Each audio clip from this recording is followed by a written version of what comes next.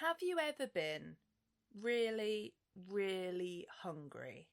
You're listening to Casting Lots, a survival cannibalism podcast. I'm Alix. I'm Carmella. And now let's tuck into the gruesome history of this ultimate taboo. Welcome to Season 3, Episode 1, where we will be talking about Alexander Pearce, the maneater of Macquarie Harbour.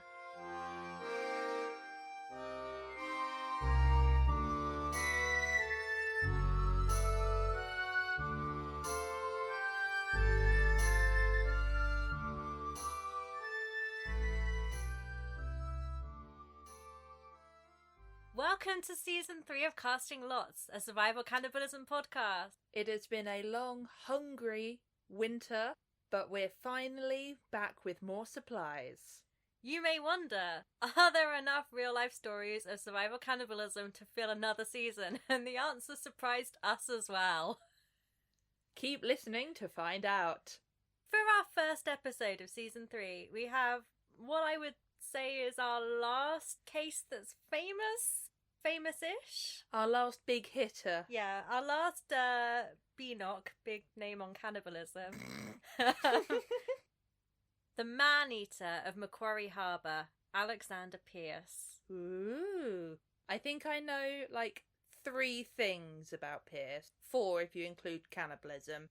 Australia, prisoner. No, it was 3 because the third was cannibalism. Alix, would you like to hear the story? I would love to hear my first cannibalism story in over a year. Let me take you back to the Regency era. Ooh, Bridgerton. Bridgerton, Pride and Prejudice. We're actually in Ireland right now, so it's not quite that, but same vibes. And here we meet our hero, Alexander Pearce. In 1818, Pearce is around 30 years old, somewhere between 27 and 30. He's a labourer by trade, and records describe him as a small, pock-marked Irishman of insignificant appearance. Well, that's just mean. There are some drawings of him from the time where he does just indeed look like some bloke. Just a standard white man. Yeah, you would never know that he was going to become one of Tasmania's first serial killers. Is he the original Tasmanian devil? It's really bad. He's had a luckless life. Sounds it. From the biography Hell's Gates by Paul Collins, he not only seems to have lacked sustained and loving intimacy with either parent, friends, or extended family, but he also probably missed out on any type of moral, religious, or social formation. Rough. Yeah, tough going. It's a bit hard to avoid religion in Ireland, so I'm almost impressed. Yeah, well done. Around 1819, he steals 6 pairs of shoes, suggesting more of a career criminal than a petty thief. Or centipede. That's true. We don't know how many legs he had. He's sentenced for this crime in County Armagh at the 1819 Lent Assizes. And what do, Alix, with convicts in the UK in the 19th century? We throw them on ships and throw them over the ocean. Yes, Pearce is sentenced to transportation for 7 years. Off to Australia you go. He leaves Cork Harbour aboard the Castle Forbes, bound for Sydney Town in New South Wales, Australia, which was then called New Holland. They really like naming things new, huh? Wasn't that Franklin's stomping ground? He would later become Lieutenant Governor of Van Diemen's Land, aka Tasmania, so same area, but Franklin's not there yet. He's waiting to take inspiration. When they reach New South Wales, the convicts aboard are reassigned to Van Diemen's Land, modern-day Tasmania, at the request of the Lieutenant Governor, who, as we've established, was not Franklin at this time. Don't have his name, but it's not important. It's not Franklin, who cares? Yeah. He wants some more labour in Van Diemen's Land. So they are shunted over there and arrive on the 4th of March, 1820. There, Alexander Pearce becomes convict number 102. Our normal sort of penitentiary system setup hasn't quite been established yet. So the vibe is more work camp than jail. Is this the film Holes? Yeah, it's very... Imagine Holes, but in the 1820s in Tasmania. It's like I'm there. Prisoners had to report for work on weekdays, and they're either assigned to the government or allocated to a free settler who's in need of a helping hand. Government workers are called government men rather than convicts, and they have to attend Sunday church muster, but otherwise, when they're not working, they're kind of free to do what they want. They can go to the pub, they can do some extra work to earn money for luxuries, basically just chill. This really doesn't sound like much of a prison system. I'm also a bit stuck on the idea of just hire out a prisoner for the day to do your work for you. Yeah, and the ones who are assigned to free settlers have a bit less liberty. It kind of depends on what their new master wants of them, whether they're allowed to go out or whether they are stuck in their hovel. That's not a nice way to talk about Australia. Pearce is first billeted to a sheep and cattle farmer for about 9 months. Then he returns to a government gang, and then he gets assigned to another sheep farmer in New Norfolk, and then he manages to escape and runs away into frontier territory, because he is fed up with all the working for random people, I guess. He joins a group of 4 other escaped convicts, known as bushrangers or banditti, who've escaped from county jail. With these guys, he's going to learn some very important Tasmanian bush survival skills. In the words of Mickey Mouse, this is a surprise tool that will help us later. See, I was not expecting in the words of Mickey Mouse to come out there. Pearce's new besties all turn themselves in on the 2nd of May 1821 under an amnesty period, because they're just kind of fed up with living in the wilderness. Does Pearce? Yeah, he does as well, but instead of keeping his head down, he's already in trouble again by the 18th of May, so that's 16 days for those who are counting. To be fair, he was in trouble anyway. He is in prison. More trouble. He is sentenced to 50 lashes and 14 days labour in the chain gang, plus confinement at night, for the crime of embezzling 2 turkeys and 3 ducks. How do you embezzle a turkey? I don't know. I could see how you steal a turkey. I have no idea. It's great. Defraud these ducks. Then on the 17th of September that year, he receives a further 25 lashes for being drunk and disorderly and absent from his lodgings, which he now has to be in every night. Then 3 days later, he steals a wheelbarrow and is sentenced to another 50 lashes and 3 months hard labour in the chain gang. It is a lovely day in Tasmania, and you are a horrible prisoner. Again, on 25th of November, he has yet another run-in in Hobart Town, where he is thrown out of a pub for being too drunk. The constabulary pick him up from where he's lying in the mud out front, and they find a stolen wine glass in his pocket that he's taken from the pub. He's charged with being drunk and disorderly again, and now with theft as well. I'd like to point out that, having been the drunk and disorderly, never been arrested, but that was probably an accident. Yeah, I have to say that I'm obviously, for humorous effect, going through this list of ridiculous petty crimes, but he stole 6 shoes and got sent abroad for 7 years, and now is getting, like, corporal punishment for all of this, you know, down with the prison system, etc., etc. This is bullshit, and he has every right to be cross and feel abandoned. And to get drunk when he feels like it. And ultimately to eat people. One of these things is not like the other. The next day, Pearce is taken to Magistrates' Court, where the bench is made up of Reverend Robert Notwood, who will come back later, so remember his name. Notwood, got it. And the Superintendent of Police. No bias there. This is the 3rd time he's been before the court since arriving in Van Diemen's Land the previous year, and he's sentenced to yet more lashes and yet more chain gang labour, and he has to do that until May 1822. In any case, he doesn't make it as far as May.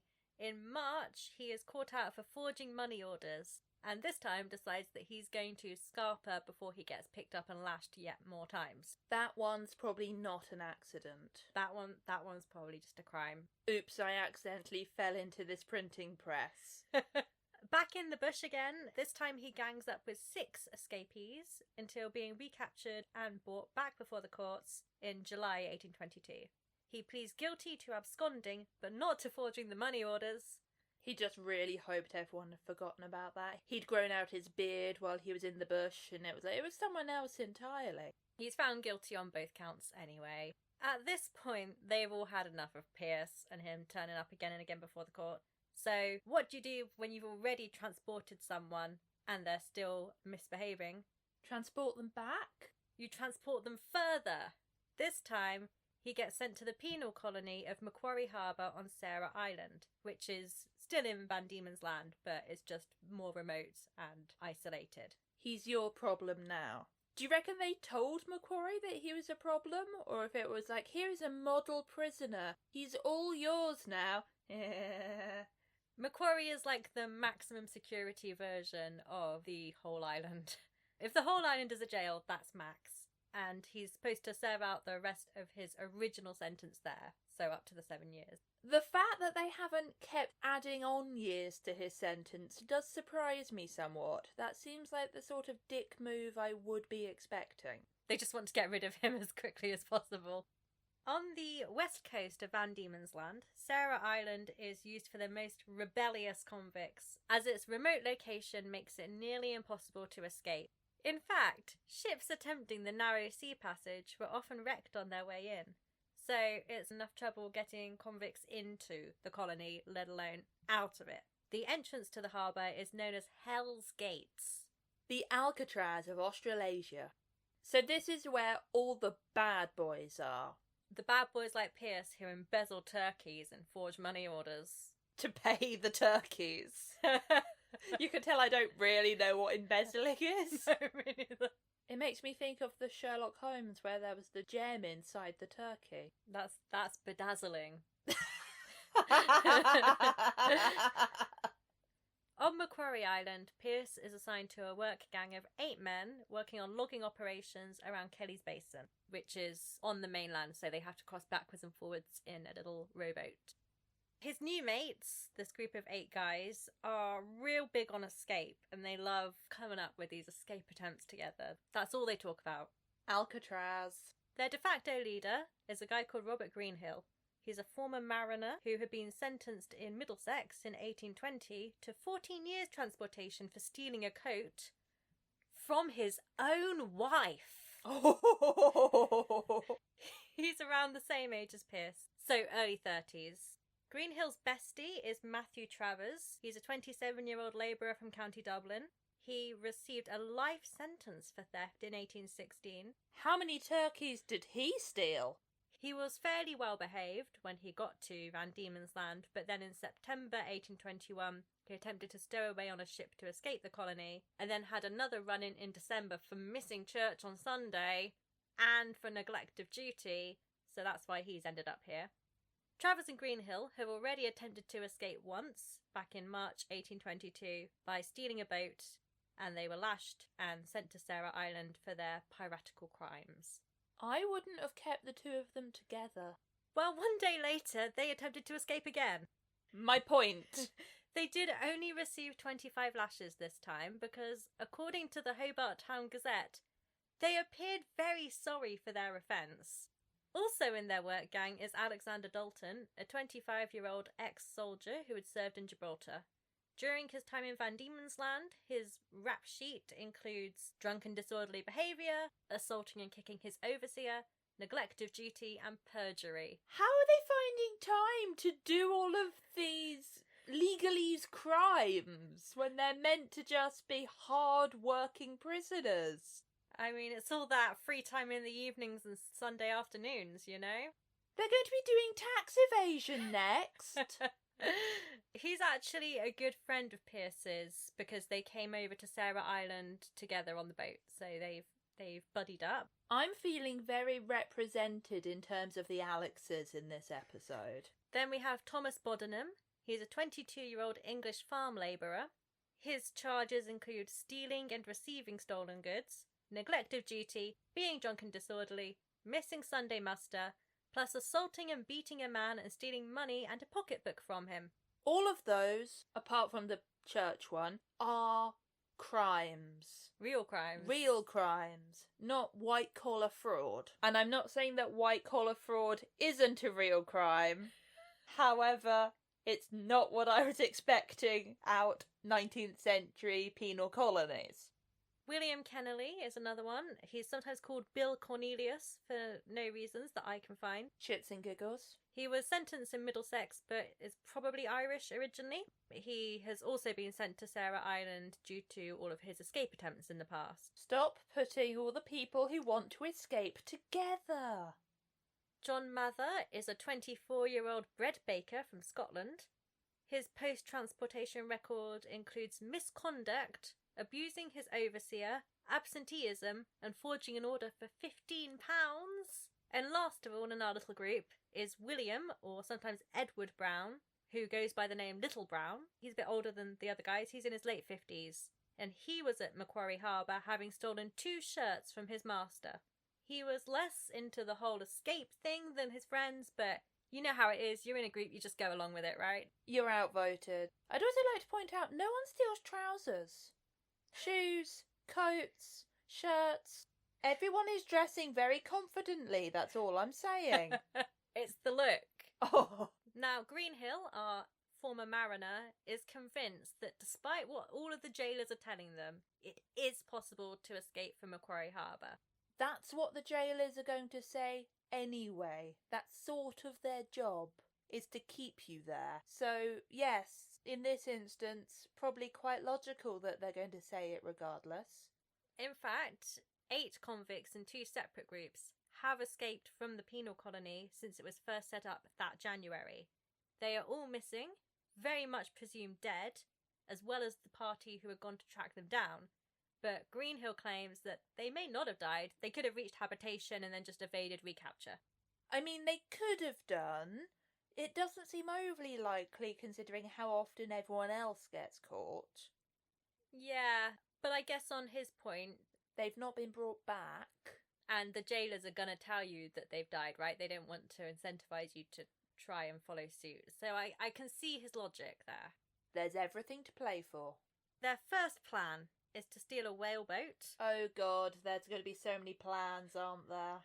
No, actually, they're quite good at committing once they get started. Okay, it's not like, A, we're going to steal a whaleboat. If that doesn't work, then we're going to make a boat out of shoes. Oh, and if that doesn't work, we're going to steal the keys from the jailer. And if that doesn't work, we're going to drag up and escape in a women's band.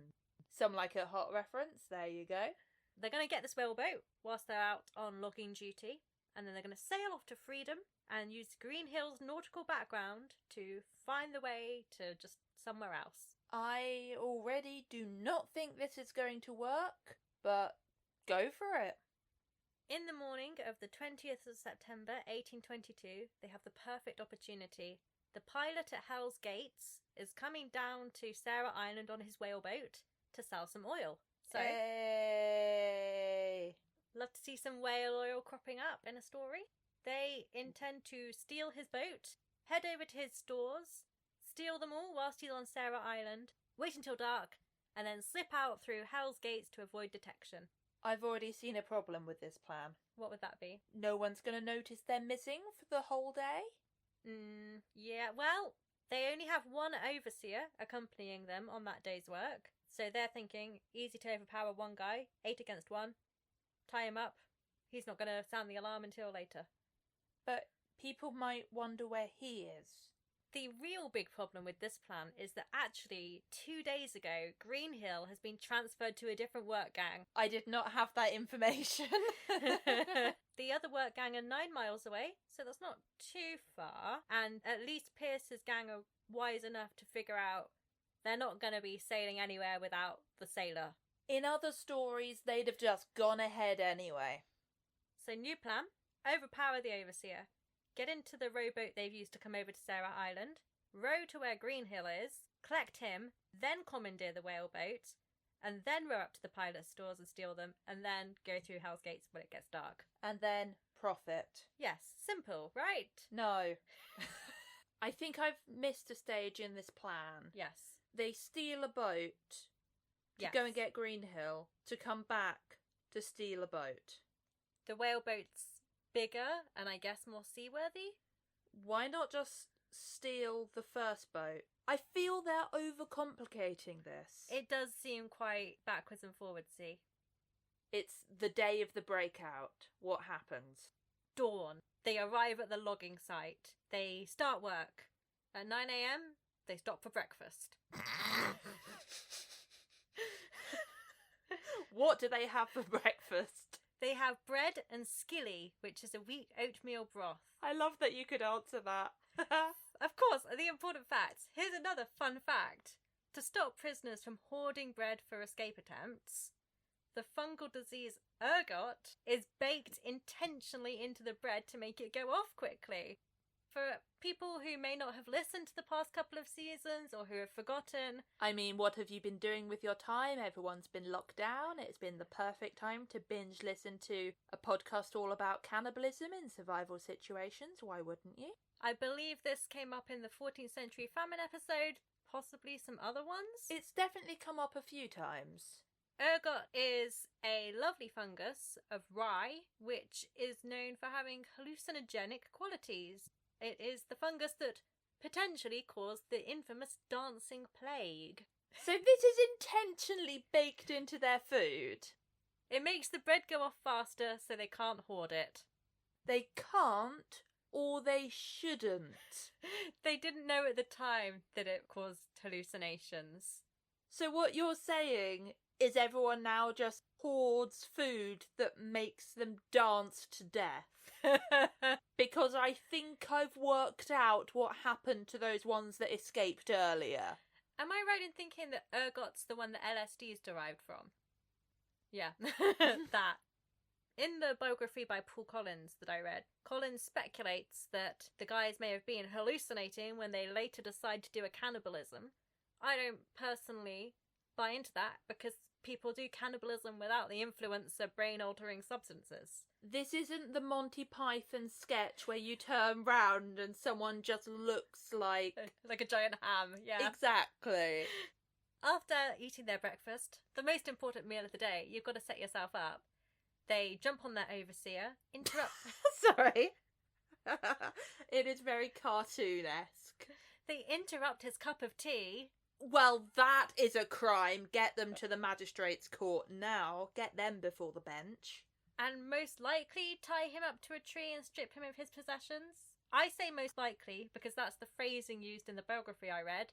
I don't know what the alternatives are, that he tied himself up to a tree himself or what, but there we go. I mean, I was assuming that was maybe they didn't tie him to a tree rather than... That makes more sense. With that out the way, they return to their boat and head north to pick up Greenhill. Greenhill is waiting for them because they have communicated the plan to him. What about Greenhill's second gang? Have they just been like, cool, go play with your mates? He manages to slip away from them, I think, and they reunite. They take control of that other whaleboat. This one's larger. It's got a lug sail on a short mast. Ooh. So a bit more seaworthy than a rowboat. Ish. While one man guards the boats, the others take axes and break into a miner's hut where they steal 10 pounds of flour, 6 pounds of beef and another axe.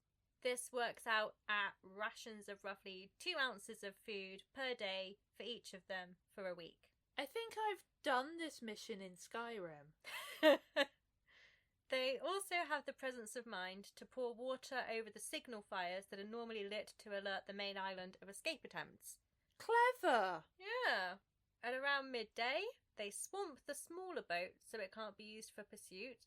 I guess makes sense. Sort of, but there are more than 2 boats on the entire island. There are more than 2 boats, you're correct. They take the whaleboat, they take their supplies, they intend to row up the harbour, break into the pilot supplies, out through Hell's Gates when it gets to nightfall. You know the plan. They know the plan. We all know the plan. I think going through Hell's Gates at night, flawless. Can't go wrong. Won't go wrong. Well, unfortunately, after about a third of a mile, they notice the signal fires being lit. The ones that they poured water over, they didn't do a very good job at pouring water, and they were still lightable, unfortunately. And also, you can just light other things on fire? Yeah. So they decide that they aren't going to be outrowing any pursuers. Change of plan. We're going overland. They hop ashore and head into the bush, For some reason, Greenhill decides that they have to destroy the whaleboat before they go. So that no one can pursue them over land in a boat. I do not. Maybe it's to make people think that they went on the boat? Maybe, yeah, could be. But anyway, they do waste some time doing that. Now, these guys do not have the best idea about the island's geography, and to be fair, that's really valid. Like I said, most of it hasn't been explored by the Brits yet. And also, you're not really going to be giving your penal colony prisoners a map and be like, here are the good escape routes. This is where you get a lot of food. Most of it hasn't been mapped, actually, at this point. But Greenhill knows that if they go roughly east, they will eventually get to some smaller settlements in the island's centre where they're less likely to be recognised. And with all his sailor skills, he knows how to use the stars and the sun to navigate. He doesn't seem to know how to use a boat, though. But he knows where the east is. Never eat shredded wheat. Got it. For the next couple of days, they head over the mountains. Most of the geographical features following on from the mountains haven't been named by Europeans at the time, so Pearce's account of what route they took exactly isn't particularly precise because nothing's got a name yet. It's just a bit eastward. Yeah. They descend the mountains and they enter some almost impenetrable scrub. After about 4 days of this, Little Brown is lagging behind. The elders are trying to be patient with him, respect your elders, but they do very firmly tell him, look, if you're going to cost us our liberty, we're just going to leave you here. He gets some motivation there to keep going. They're also running low on provisions because they didn't manage to pick up the pilot's extra stuff. They just got what they took from the miner's hut. Some flour and an axe. Oh, and some beef. As Pearce says, there was not the least prospect of procuring any more, for there was not a single reptile in that part of the country where he was. I don't know why he's fixated on eating a reptile. Like, there's so many cows and sheep everywhere, but couldn't possibly eat it. It's not a reptile. On the fourth night, they get caught halfway up another mountain range when it gets dark. The scrub is not great for lighting a fire. There isn't much cover, and some of them start to harbour some doubts about their plan. They're only just starting to doubt the plan? It's also been raining this whole time. Oh, yeah, that will put a downer on your spirits. And it seems like their rations have pretty much run out. I love this quote from a newspaper of roughly that time to illustrate how difficult the journey is. If with good commissariat and all available comforts, Sir John Franklin's overland expedition to the harbour from the capital proved so laborious and trying that several men never recovered, we may readily imagine the wretched prospect before the 8 wanderers. Well, if Sir John Franklin found it difficult when he attempted that route, what could these non-titled prisoners get up to? And we all know that Sir John, such a great explorer, never resorted to cannibalism. Well, we don't know that they resort to cannibalism yet, Alex. Ho ho ho. Spoilers. The next day they do find some good shelter, and so they rest for a day. Makes sense. They don't seem much cheered up by that, and there's a lot of argument about who should collect firewood. Kennelly is reportedly having thoughts of turning back. He also apparently says, presumably as a very dark joke, that he was so hungry he could eat a piece of a man. But maybe he's just stating his intentions for later. Just pointing out the obvious. It is feeling a bit like the Cannibal the Musical that I watched for researching Packer last year. Just them all sat round the fire being like, I'm so hungry I could eat a bit of a man. Oh, I don't want to eat your leather shoes. They've had your feet in. Ugh. That's the vibe I'm getting here.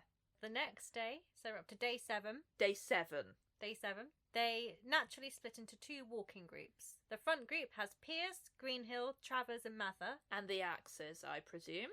According to Pearce's account, Greenhill first introduced the subject of killing one of their companions and eating him. Well, I mean, Kennelly actually did that the day before, but I guess that Greenhill's now being serious. No, he's just trying to take credit. Who can say if Pearce is telling the truth of Greenhill starting it? Certainly, though, as a former sailor, he's going to be familiar with the custom of the sea. Just in case people have forgotten the custom of the sea from our previous seasons. Seasons. Awful. This is a nautical tradition, shall we say, where if you're at sea and you end up in a starvation situation, the idea is that it's chill to cast lots to select a member of your group to be killed and eaten. Nominally at random. Strangely, this randomization normally excludes the cook or whoever is really good at preparing meat, and normally heavily includes the cabin boy or whoever doesn't have dependents. Or members of your out group. Although sometimes does include your own cousin. Again, according to Pearce, Greenhill said that he had seen the like done before and that it tasted very much like pork. Hey Greenhill, how do you know what it tastes like if you've only seen it done? Good question. Mather allegedly replied that would be murder, Greenhill, that's wrong. Sorry, that's the line they draw. They're fine with embezzlement and defrauding and not going to church, but apparently murdering someone to eat them, that's too far. I mean, to me that seems like a really sensible line to draw, but sure. Greenhill reassures Mather that Greenhill will do the murder part, and then everyone else can just do the cannibalism. So then there's only one person who's doing the murdering, so it's cool, it's chill. In their defence, by the way, because I know we're at 7 days, and that's pretty short. Well, 10 days. 10 days is normally the cut-off point. They have been on really low minimal rations full of back at the prison camp because they intentionally underfeed prisoners to keep them weak and compliant. The more you think about it, the more Jean Valjean is just a marvel. They have a little chat about who they're going to eat first, and Greenhill, apparently... Can I make a bet of who it's going to be? Go for it. Is it Little Brown? It is not Little Brown. It is in fact Dalton, and there is a good reason for this. Not one of the Alixes. I'm afraid. Back at the penal colony, Dalton had volunteered for the extra duty of flogging other inmates. Okay, yeah, fair, I can see why they've picked him. Yeah, so this is more of a kind of revenge situation tied into the necessity of cannibalism. Revenge/survival cannibalism. Ooh, we're crossing over. We're on to day 8 now. Pre-dawn. So they've chosen Dalton. Obviously, I presume not told him. No, he does not know. This is only the front walking group have made this decision. The back walking group of Dalton, Brown and Kennelly have not got a clue. They're just whistling as they go, having a lovely time, looking at the butterflies. So happy to be on this trek with our dear friends. Next day, pre-dawn. Dalton, Brown and Kennelly are sleeping by their own little fire.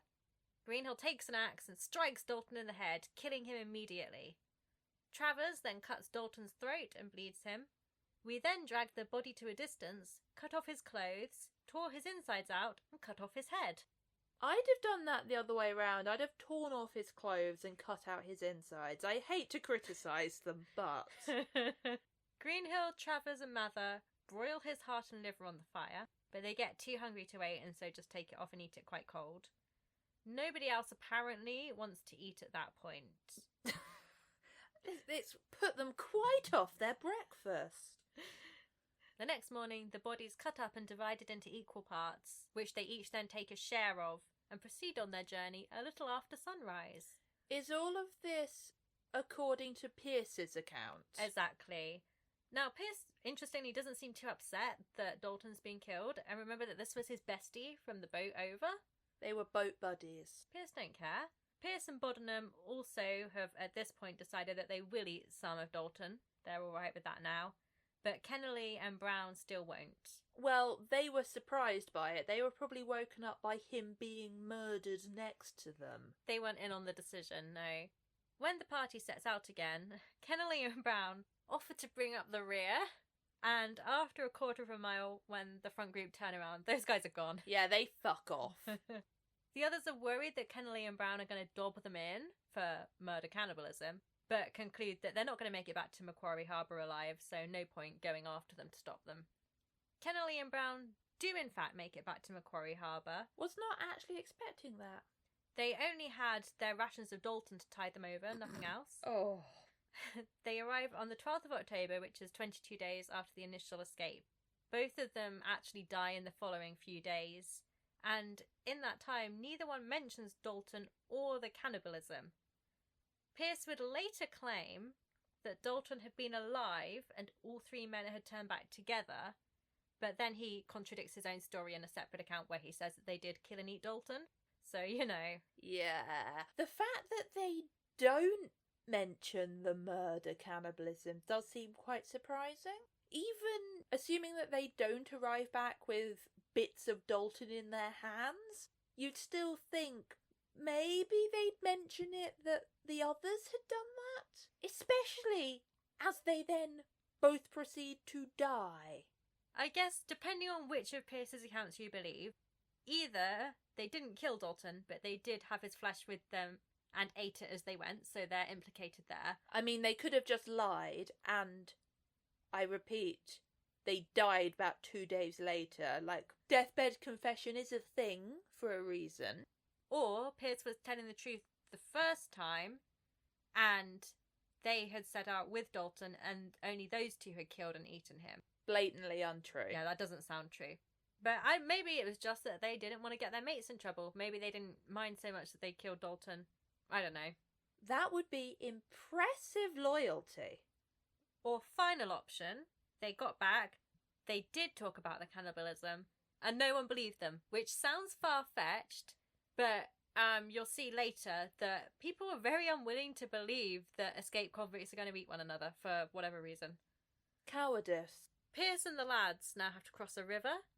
They thought it was the River Gordon, but actually it was the then unnamed Franklin River. Name rings a bell for some reason. Because of how steep the banks are, it's difficult to ford, and they have to spend some time searching for a good crossing point.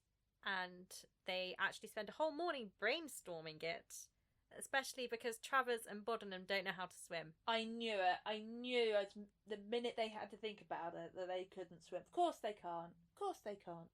They try to make a bridge, which gets swept away by the current. Terrible idea. In the end, they find a narrower point, and the three swimmers go across and then tow the non-swimmers with them. Also feels like a terrible idea. It works. After 4 more days or so, they've run out of meat again, and they're feeling hungry. Here we have some differing accounts, all from Pearce. So, to explain, there are 4 versions of Pearce's story. There's the Knopwood account, which was told to Reverend Knopwood at a magistrate's court. I remember him. He's the one I had to put a pin in earlier from the bench. That's the man. Then there's a second account, the Cuthbertson account, which is told 8 months later to the commandant at Macquarie Harbour, Cuthbertson. Then there's the Bisdee confession, which is made to Pearce's jailer, and a final Connolly account, which is given to a priest named Connolly. All of them have the same basic story, but there's a lot of back and forth on the details. I don't know how all of these accounts can change so much, unless it's intentional. Yeah, you think you would remember whether or not you killed and eaten Dalton, for example. Just to pluck something out of the ether. In the Knopwood account, the men have a sit-down and began to intimate to each other that it would be much better for one to be sacrificed as food for the rest, in a custom at the sea scenario. I think Greenhill might have started that. They cast lots! Hey! Name drop! And Bodenham is selected. Apparently, he's so chill with this. He only asks that he has a little time to pray first. And then after half an hour with God, Greenhill again volunteers to do the dirty work. Didn't Bodenham once miss church?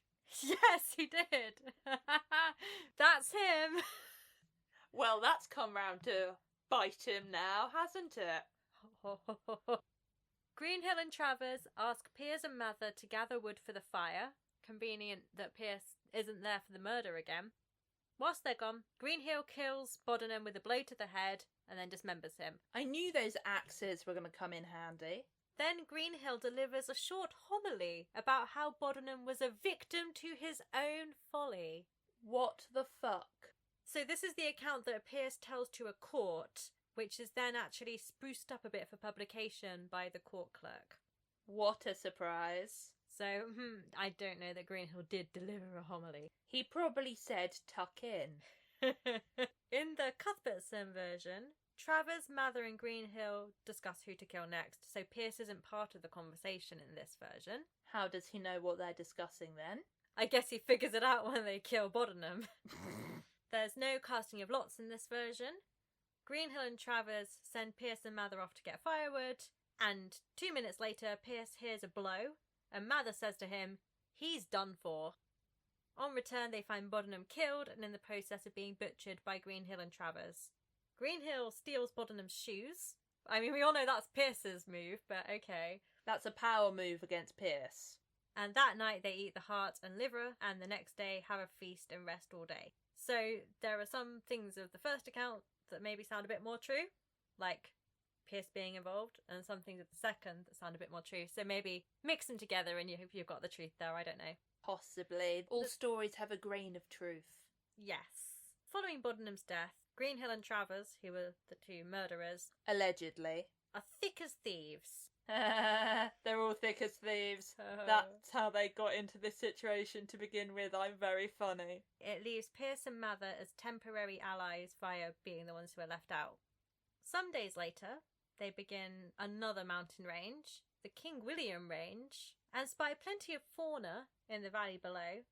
Pearce doesn't mention whether they try to, hunt and eat it, but either way they don't appear to obtain any, so I guess they either don't try or they fail miserably. I can't tell whether he would try and defend his honour that he was bad at hunting by just pretending they didn't. The remaining 4 men had all agreed that they would all die than any more should be killed. Yeah, right. But when Pearce and Mather are alone, Mather allegedly suggests, "Let us go on by ourselves. You see what kind of cove Greenhill is. He would kill his father before he would fast 1 day." They have fasted, presumably, at least 1 day.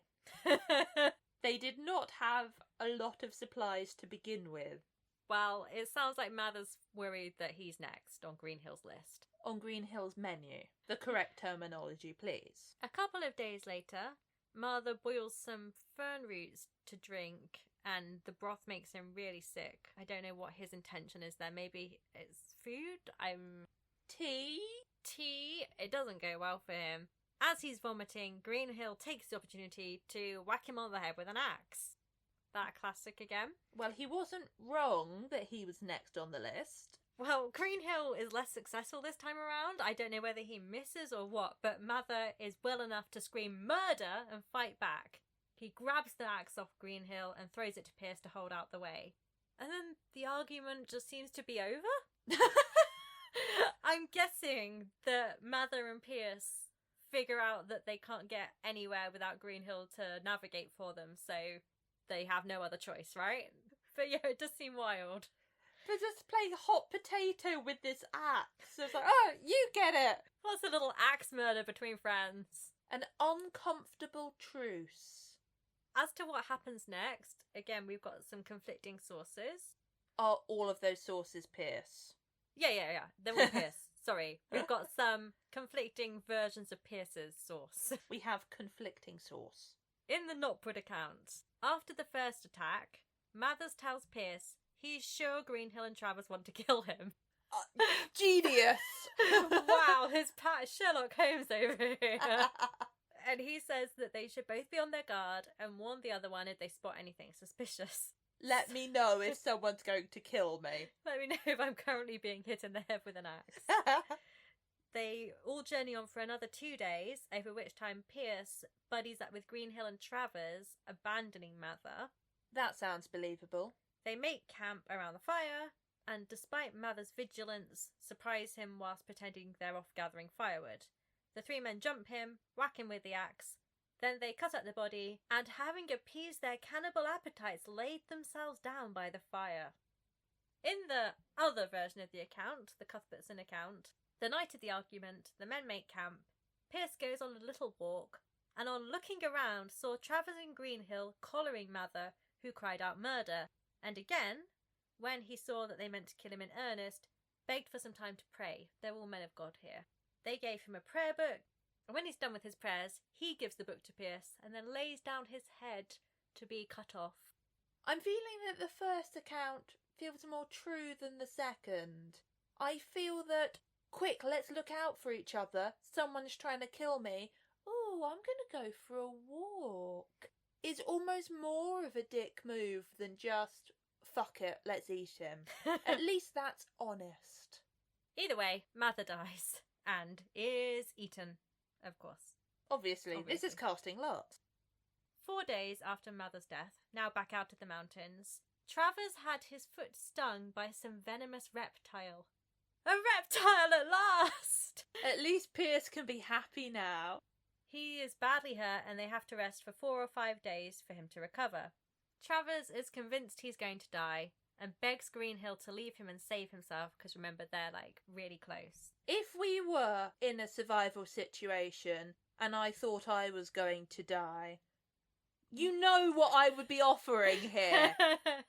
True friends. Greenhill refuses to leave him behind, ostensibly because he doesn't think that Travers is going to die. However, Travers is worried that Pearce will try to convince Greenhill to kill him. Greenhill promises that he would never think of leaving him. But he thinks he's going to die anyway. In fact, he does not die of the reptile poisoning. He gets a little bit better, and they set off again, half carrying him along. After 2 more days of travel, Travers' foot is getting gangrenous. Yum. That night, he again begs for Greenhill and Pearce to leave him behind. Those two take a little sidebar to collect some wood. Sure, yeah. Collect some wood.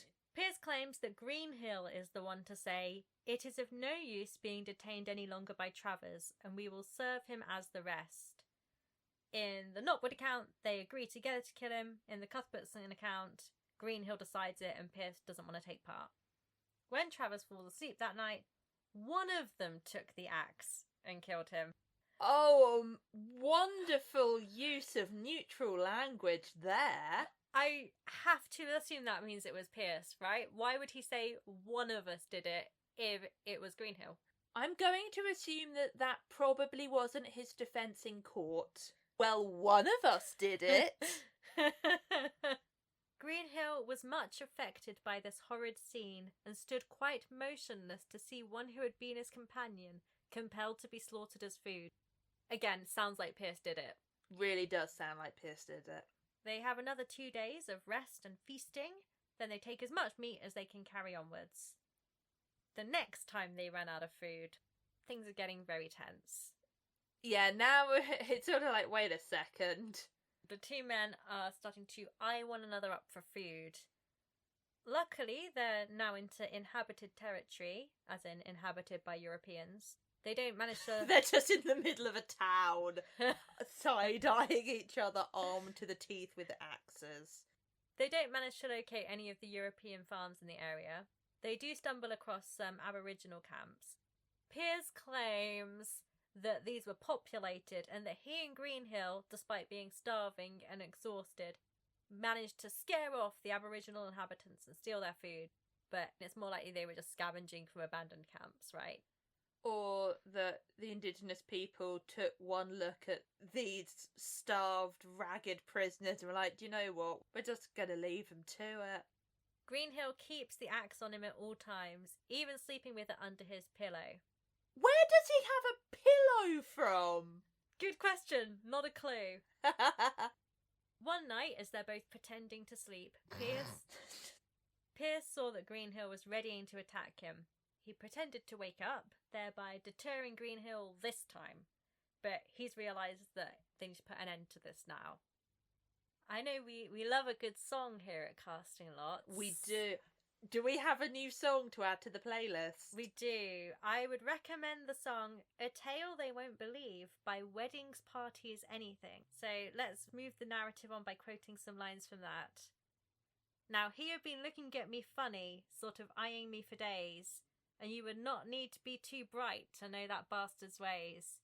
He was a sick man, he had murder in his heart, but even bastards have to rest, and even bastards had to sleep. And when he was in the land of Nod, straight over did I creep, and the axe that he had wielded now was mine. Pearce clobbers Greenhill over the head with his own axe as he sleeps. Pearce then cut off part of his thigh and arm, which I took with me, and went on for several days until I had ate it all. Why would you not cut off more? I'm sorry, but by this point, I will use Pearce's own neutral language. Several people have been butchered. You know you can get a certain amount of food. Why just take a little bit of thigh and a little bit of arm? I guess it's quite heavy to carry. They've been starving. That is categorically not heavy to carry. He does soon run out of food again. Quelle surprise. And he goes on for several more days before managing to catch 2 ducks. Well, he's got form for that, doesn't he? The poultry thief of Macquarie Harbour. Soon after, he hears the familiar sound of sheep bleating. He uses his former shepherding skills to trap one and grab it. It runs away from him, drags him over the rocky ground until he bashes his head and has to give up. So he's not a very good shepherd. Finally, he does manage to catch a lamb. As a contemporary newspaper account put it, he seized a lamb and ate it raw. Love that. Bah. He's caught in the act by a man and a dog. The man tells him to leave the sheep alone or he'll shoot him. Fair. But happy coincidence, Pearce recognises this guy. It's a former acquaintance and convict, a guy called Paddy Maguire. I think he might be Irish. I think he might be. After hearing Pearce's story, sans the murder cannibalism... Yes, I was going to say, which story? Maguire takes Pearce back to his hut and agrees to look after him. After around 25 days, Pearce is accosted by 2 guys who accuse him of being a military spy and threaten to kill him. He's many things. He's not a military spy. After a little conversation, they figure out that he's an escaped convict, they're escaped convicts. Great friends. And the 3 band together for about 7 weeks before getting picked up on the 11th of January 1823. Pearce has had 4 months at large. He's travelled around 93 miles as the crow flies across territory previously unexplored by Europeans. Again, Pearce appears before the magistrates' court, overseen by Reverend Knotwood, and that's when he makes this first account, which is very long and full of contradictions, but very willingly given, with cannibalism included. And the first account, so the one that he hasn't had time to overthink and try and twist to be the most profitable for him. He claims before the court that some of the other men had committed murder along the journey, but they'd all eaten the bodies, and Pearce claimed he hadn't done any murdering himself. It had all been done by Greenhill and Travers, apart from at the end when he had to kill Greenhill in self-defence. Yeah, that is theoretically possible. At first, he wasn't believed. Surely no white European man, even an Irish man, would do cannibalism. Just wait for the next episode. They assumed that he was telling a porcupine to cover for his mates who were still at large. Plus, his account didn't add up because he claimed that 3 men had turned back and obviously only 2 men got there. Well, I guess 3 men got there if you count. Oh, that's bad. That was in bad taste. Knotwood believed that Pearce was lying, so he just sent him back to Sarah Island to serve out the rest of his sentence. End of story? No. No. Because that was just escape and cannibalism number 1. Oh, for fuck's sake. Yes! We have a repeat offender, a cannibalism double bill. I promise the second half is shorter. After returning to Macquarie Bay Colony, Pearce is something of a celebrity among the convicts. I mean, obviously, he escaped, he survived, he ate the flogger Dalton, who they all hate. He's now admitting to that. Well, now that's got him good street cred. Yeah, exactly. They all love him. In fact, he has to get sent to solitary to stop him from inciting rebellion among the other prisoners. They all just flock to him. One of his new friends at Macquarie Bay is a Shropshire lad called Thomas Cox. Being a young lad, he idolises his celebrity cannibal friend. Don't we all? He keeps pestering Pearce to run away with him. And at first, Pearce isn't interested. He's had enough of that. This is a bit of a parasocial relationship, I feel. I feel that too. Cox manages to rustle up some fish hooks, a knife and tinder in preparation for the escape. Finally, another convict steals Pearce's shirt. Missing your shirt is a flogging offence. So now Pearce is thinking, actually, let's see what Thomas Cox has got to offer. While out logging, overseen by the same guy as last time. Oh, no. Apparently, clearly rubbish at his job, right? I would put in for a transfer. They slip away into the forest. Oh, they don't tie him to a tree this time. It's only these two out of the whole gang. They're not taking everyone with them this time around. Ah, so they just disappear off to answer a call of nature. Both of them together. That sounds like a euphemism. Both are in chains and irons, but they manage to break those off with an axe that they've stolen. Fucking axes. Takes a couple of hours for their disappearance to be noted. Again, this guy, what are they paying him for, right? Then they're off and away. They travel for 4 days, and on the 5th reach King's River, where they hide for several days to avoid capture. Some accounts say that they managed to steal a satchel from some hunters with bread and pork rations and were catching fish from the river. But I'm not sure how true this is and whether it's just because the story's always more gruesome if they have other food before they turn to cannibalism, you know? Yeah. Not sure. You make up your own minds, listeners, as the story goes on. In their time together, Cox is delighted with Pearce's tales of his previous escape. He keeps asking for details about the taste and texture of human flesh. It's really Will Graham Hannibal. He's just sat there with heart eyes around the campfire, and like, tell me more about what his brains taste like. Unfortunately, the idyll ends when they decide to cross King's River, and turns out that Cox can't swim. Pearce is absolutely fucking enraged with this. He's like, not again am I stuck with someone who can't swim. They get into a heated argument and Pearce whacks Cox around the head with an axe. The first blow doesn't kill him, and allegedly Cox begs to be put out of his misery. Pearce kills him on the 4th blow. Ooh. And strips the body to butcher it. Well, obviously. Some sources say that Pearce claimed he was missing the taste of human flesh, but I think that's bullshit, probably. Most likely bullshit, yeah. Although, Cox spent all that time just idolising his cannibal friend.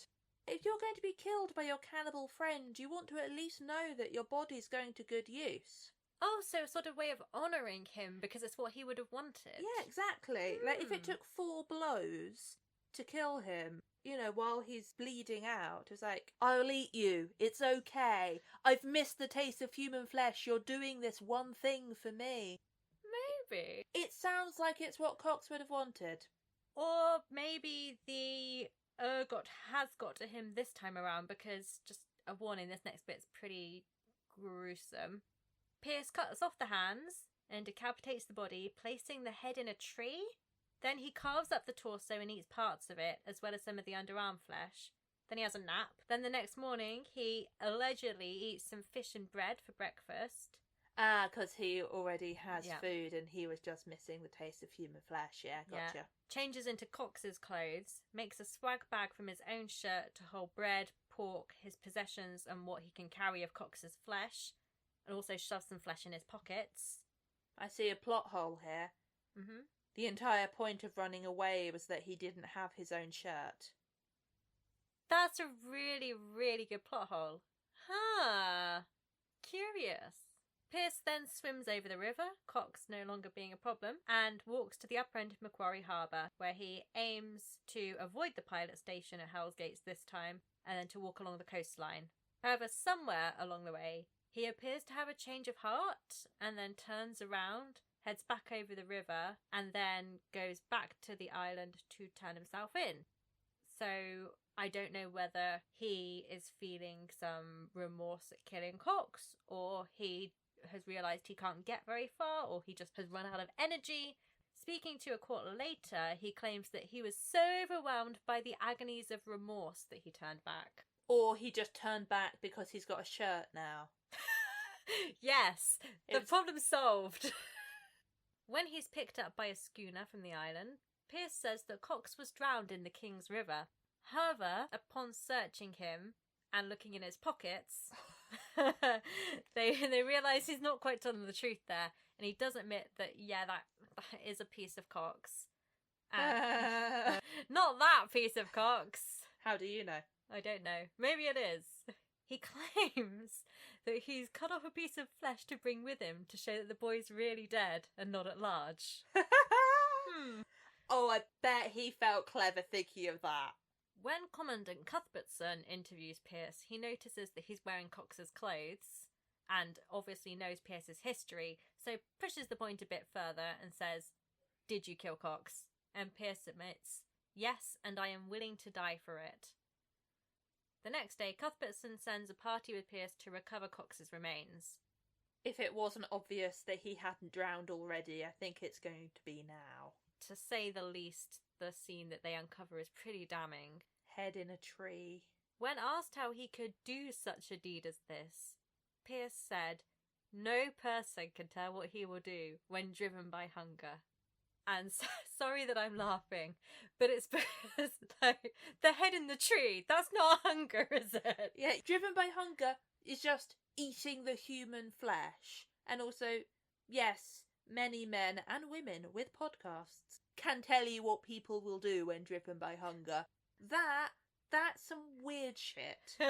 It's all a bit confused because Pearce claims that he'd left the head with the body, but they find that in a tree. He claims that he left the hands in a tree, but they can't find those at all. So, I don't know what's going on there. Maybe he's just forgotten which parts he put in a tree. They gather together what they can find of the remains and then head back to Sarah Island. Hopefully to inter him rather than to cook him. Pearce then goes into hospital, likely with food poisoning. Well, he might have deserved that. He's interviewed by Cuthbertson, so that's that second Cuthbertson account. Then he has to wait 6 months for his Supreme Court trial. The reporter for the Hobart Town Gazette wrote, "Report had associated the prisoner with cannibals, and recalling as we did the vampire legends of modern Greece, we confess our eyes glanced in fearfulness at the being who stood before a retributive judge, laden with the weight of human blood, and believed to have banqueted on human flesh," in italics. Oh, for goodness sake. The judge and prosecutor try their best to ignore the cannibalism and focus on the thing they have definite evidence for, the murder of Thomas Cox. They ignore Pearce's first escape attempt and all that cannibalism because that's water under the bridge. And, in my opinion, the judge is even surprisingly very fair in pressing the jury to consider whether, because the men had quarrelled, it was a heat-of-the-moment thing, whether it could even be a manslaughter defence rather than murder. That is very fair. Well, they'd had an argument, so maybe he didn't mean to kill him. But also they did intend to escape, which surely is also a crime. Very true. Well, he's not on trial for that. Interestingly, nobody thinks to make the necessity defence, as in he is acting in self-defence or he needs the food to survive. But they weren't accounting for the cannibalism. They weren't, that's true. Here's a question for you, Alex. If you murder someone without intending to cannibalise them, but then decide to cannibalise them, is that murder cannibalism still? I think the time between the two events would be the deciding factor there. I think if you murdered them and then about 2 minutes later you're like, oh, I could eat that, there's a level of dissonance there where you're acting like you hadn't had that thought before. In D&D terms, that's how I'm going to explain it. If your main action was to murder and you immediately did a bonus action to cannibalise, that would be murder cannibalism. But if your action was to murder, you use your bonus action or your movement to dash away, and then on your next turn your movement was to come back and consume the body, that wouldn't be murder cannibalism. But Pearce, in your opinion, has done murder cannibalism because it was back to back. It was a bonus action, yeah. Either way, the jury find him guilty of murder. He also already allegedly had food. So it wasn't really murder cannibalism for survival anyway. Yeah, the second one is less survival cannibalism and more God knows what. He missed the taste of human flesh. Ha ha ha ha ha, he's a vampire.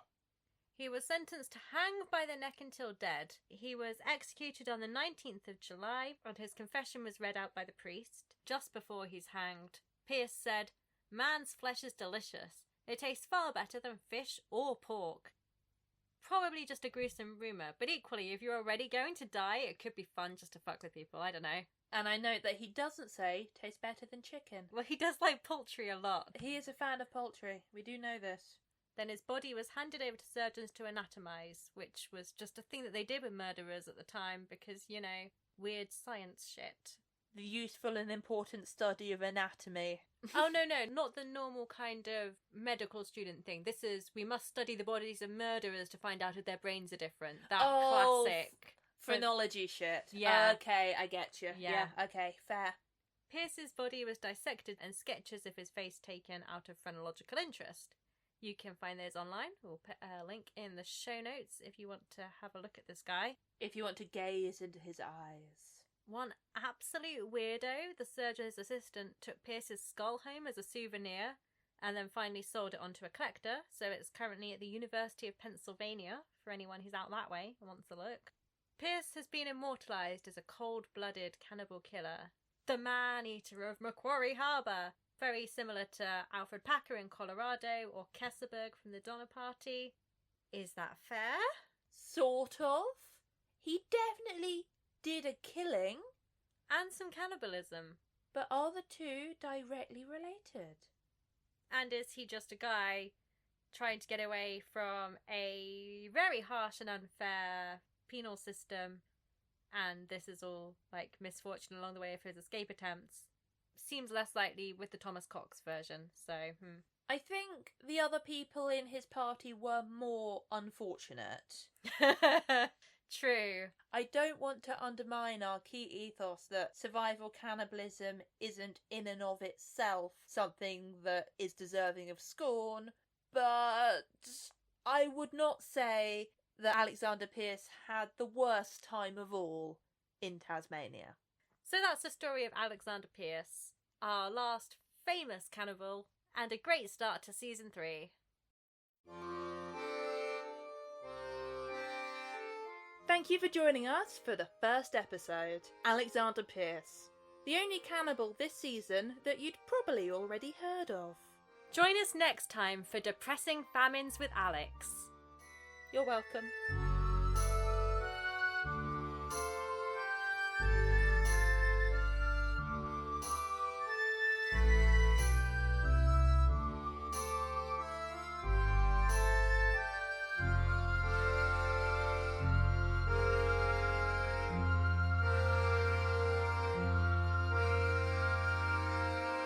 Casting Lots Podcast can be found on Twitter, Instagram and Tumblr as @CastingLotsPod and on Facebook as Casting Lots Podcast.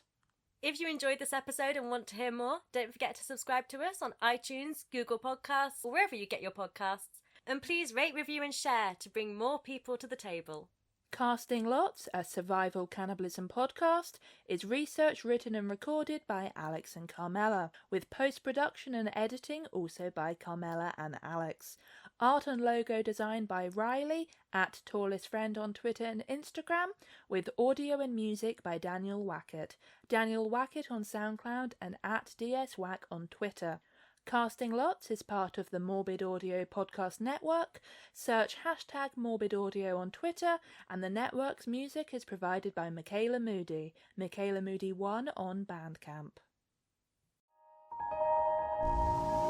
Morbid Audio Podcast Network.